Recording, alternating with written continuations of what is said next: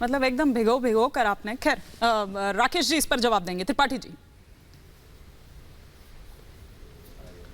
देखिए, देश का विभाजन किस परिस्थितियों में हुआ था, वो ऐतिहासिक पृष्ठभूमि क्या थी, मुझे लगता है कि दीपक जी इन बातों पर विचार किए बिना एक नए तरह का नैरेटिव बनने का काम कर रहे हैं। ठीक ठीक, आज बात एक बार उनकी बात चुनाव की हो रही है। हाँ। आज नहीं, आज भारत के चुनाव की बात हो रही है। आज भारत के चुनाव की बात हो रही है। आज भारत के चुनाव के संदर्भ में बात करें। भारत के चुनाव के संदर्भ में जिस प्रकार की मजहबी तुष्टीकरण की बात कांग्रेस पार्टी ने अपने मैनिफेस्टो से लेकर के अपने भाषणों में कही है, क्या दीपक भी उन बातों को जस्टिफाई करने का काम कर रहे हैं? सच बात यह है कि आज पूरे विपक्ष को लगता है कि कैसे एक खास समुदाय को वोट बैंक बना करके और कैसे अपना बैंक बैलेंस सत्ता में ला करके ठीक किया जाए। लेकिन नरेंद्र मोदी जी ने यही आरोप आप पर भी लग रहा है। अभी प्रेम जी थोड़ी देर पहले कह रहे थे त्रिपाठी जी, और आज विकास की योजनाओं में बिना किसी भेदभाव के सबको साथ लेकर के चले हैं। वो कह रहे हैं कि पहले चरण में आपने देख लिया, आपने भाप लिया। सहयोगी दल अभी भी अपनी इस जो लगातार लंबे समय की उनकी पुरानी पद्धति रही है ना, मजहबी तुष्टीकरण की, उससे बाहर निकलने का प्रयास नहीं कर पा रहे हैं। उनको लगता है कि मजहब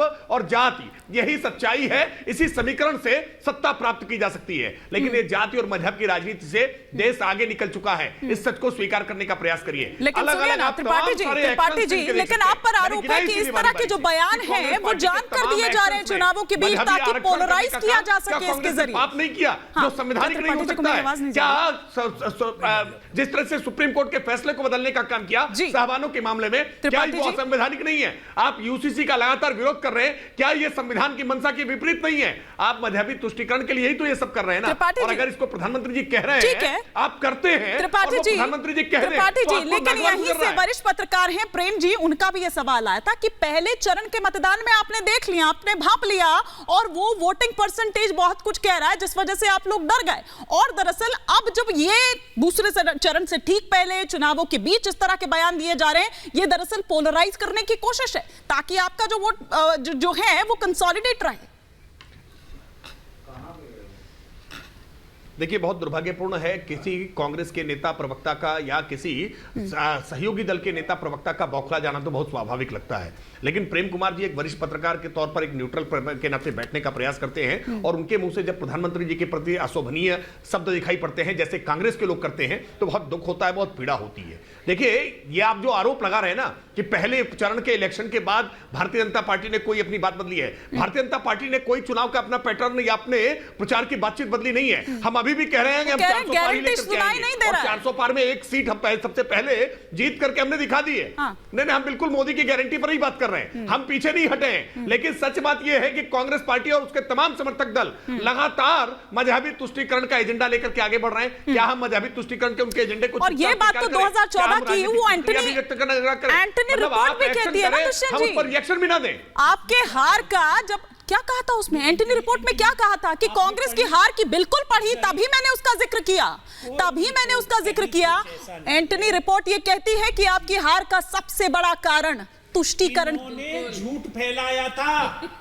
एंटनी की रिपोर्ट करते हैं हमारे प्रिय, उसमें भी राकेश त्रिपाठी जी आकर टाइप कर चले गए थे। क्या कर रहे हैं? हाँ, नहीं, पहले एंटनी रिपोर्ट पर रहिए। आपने सवाल उठाया कि आपने पढ़ी भी है, मैंने पढ़ी है इसीलिए जिक्र किया। नहीं, पहले एंटनी रिपोर्ट पर आइए ना। अब मैं तथ्यों के साथ कह रहा हूं, पहले एंटनी रिपोर्ट पर आइए, पे बात कर रहा हूं, पहले यकीन नहीं कर रहे, पहले एंटनी रिपोर्ट पर आइए, उसके बाद उस पर भी आएंगे। मैंने तो पूछा कि आपका सर्वे क्या है जो किसी को समझ ही नहीं आ रहा है। मोदी जी को समझाना पड़ रहा है, प्रेम जी को समझाना पड़ रहा है। हमारा सर्वे होगा भारतवर्ष का। सुनिए ना, क्यों ना अपने से ही शुरू करें। सुनिए ना, कहते हैं कि कोई भी अच्छा काम ना खुद से शुरू करना चाहिए। नेशनल हेराल्ड से शुरू किया जाए, नेशनल हेराल्ड से शुरू किया जाए। सुनिए ना दुष्यंत जी, धारा प्रवाह बोलने से थोड़ी कुछ होगा। साधन क्या है दुष्यंत जी, जानकारी हम निकालेंगे। दुष्यंत जी, टेबल तो मैं भी पीट सकती हूँ, लेकिन सवाल सुनिएगा कि नहीं? 1 लाख रुपया दुष्यंत जी देने का काम करेंगे। आपका चुनावी मंच नहीं है। सुनिए, हम गरीबी दूर करेंगे, हम लोगों को पैसा देंगे। सर, घर से शुरू होता है, तो एक काम करिए ना कि ये जो आपका वेल्थ रीडिस्ट्रीब्यूशन है, क्यों ना घर से ही शुरू करें, क्यों ना नेशनल हेराल्ड से शुरू करें। क्यों केस लड़ रहे हैं सर? मत लड़िए, दे दीजिए ना। केस क्यों लड़ रहे हैं? लेन देन हुआ क्या? नेशनल हेराल्ड की जिस कंपनी की बात कर रहे हो, वो आर्टिकल 25 के तहत बनी है। अच्छा। जिससे कोई उसका डायरेक्टर निजी लाभ नहीं ले सकता। वो भी एक तरीके का दुष्प्रचार है। अच्छा, भारतीय जनता पार्टी की पूरी कैंपेनिंग दुष्प्रचार पर टिकी है ये। मैं भारत के प्यारे वासियों को बताना चाहता हूं, इनके झांसे में मत आइए भाइयों बहनों। बेल बॉन्ड भर करके रिहा है। इंडिया अलायंस राहुल की गांधी, सरकार श्रीमती बनाओ, सोनिया जी, प्रत्येक महिला बेल बॉन्ड भर करके रिहा है कोर्ट से।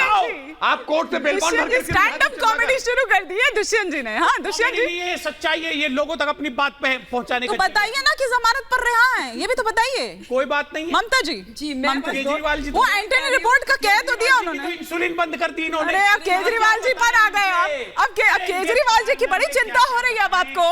हाँ उनके इंसुलिन लोकतंत्र है, लोकतंत्र में बातचीत से बात होती है। नहीं पर सुनिए तो सही, लगता है कि आपने अपडेट लिया नहीं है। हाँ। इंसुलिन मिल गई है अब, पर चलिए आप चिंता जता रहे हैं तो अच्छी खबर संदिग्ध है अभी। अच्छा वो भी वो भी भ्रम फैला रहे हैं। ममता जी क्यों कर रही हैं आप इस तरह से? चल रहा है, कभी डिब्बे पर नजर मारती हैं, कभी इंसुलिन नहीं देती हैं और आप भ्रम फैला रही हैं कि इंसुलिन मिल गई। अरे आलू की सब्जी और पूरी खा ली। ठीक है ठीक है ठीक है। आलू पूरी आम केला इंसुलिन जी। मानी जी, मैं क्या क्विक रिएक्शन, फिर मैं प्रेम जी और दीपक जी का रुख मैं बोल रही हूँ कि कांग्रेस वालों को अपने सोर्स बदल देने। कॉमेडी अच्छी कर रहे हैं आजकल दुष्यंत जी, लगता है बहुत वक्त मिल रहा है आपको, इत्मीनान मिल रहा है। इन्होंने पेट में दर्द करा दिया है जी। और इनको अपने सोर्स बदलने चाहिए, पहली बात। दूसरी बात, मैं कहती हूँ नेशनल हेराल्ड का तो वेल्थ डिस्ट्रीब्यूट करें, उसके अलावा राजीव गांधी फाउंडेशन की भी करें, जहां पर चाइना से भी इन्होंने चंदा ले लिया था।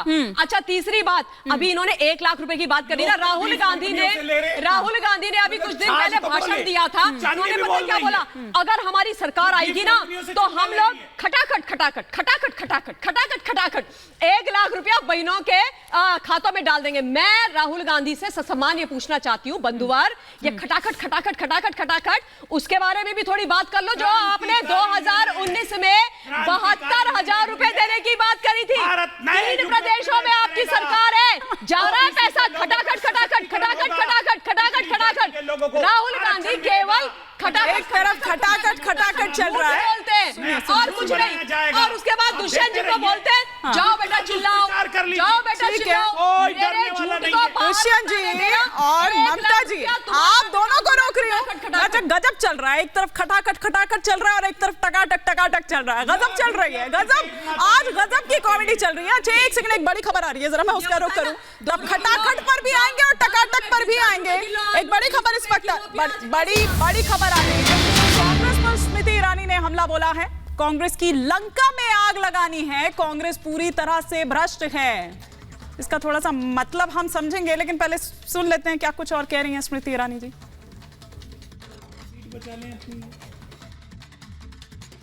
मोदी का हनुमान हमको बनना है, नहीं कह रहे? मोदी का हनुमान हमको बनना है, कांग्रेस की भ्रष्ट लंका में अपनी पूंछ से आग लगाना और उस पर जाकर कमल का बटन दबाना है, राष्ट्रभक्त मोदी को जिताना है। दुष्यंत जी क्विक रिएक्शन दे दीजिए, फिर प्रेम जी का रुख करूं। कितनी है? हाँ देखिए भारत की, आप कह रहे सीट बचा लें, मैं कह रही हूँ आप तो अनाउंस ही नहीं करते, इतना डर। 4 बंदा सुन रहा है और हमारी आदरणीय बहन स्मृति ईरानी जी मंत्री महोदया सुना रही है, बहुत बहुत धन्यवाद। इसी तरह 4 लोगों को सुनाते रहिए। हाँ। जनता गायब है, घर बना लिया है उन्होंने अपना, वहां पर आई थी ना वो तस्वीर हो रहा है भाई। हाँ। पहले चरण के, और आप अपना घर छोड़कर भाग गए। सुनिए ना, उन्होंने तो घर बना लिया, मतदान हुआ है ना। और उत्तर प्रदेश की संख्या 1 से लगाकर 8 तक जनता वही है, जहां मतदान हुआ है, भाग गए। भाजपा के कमेटी जनता वही, कैडर था वो घर लेट गया।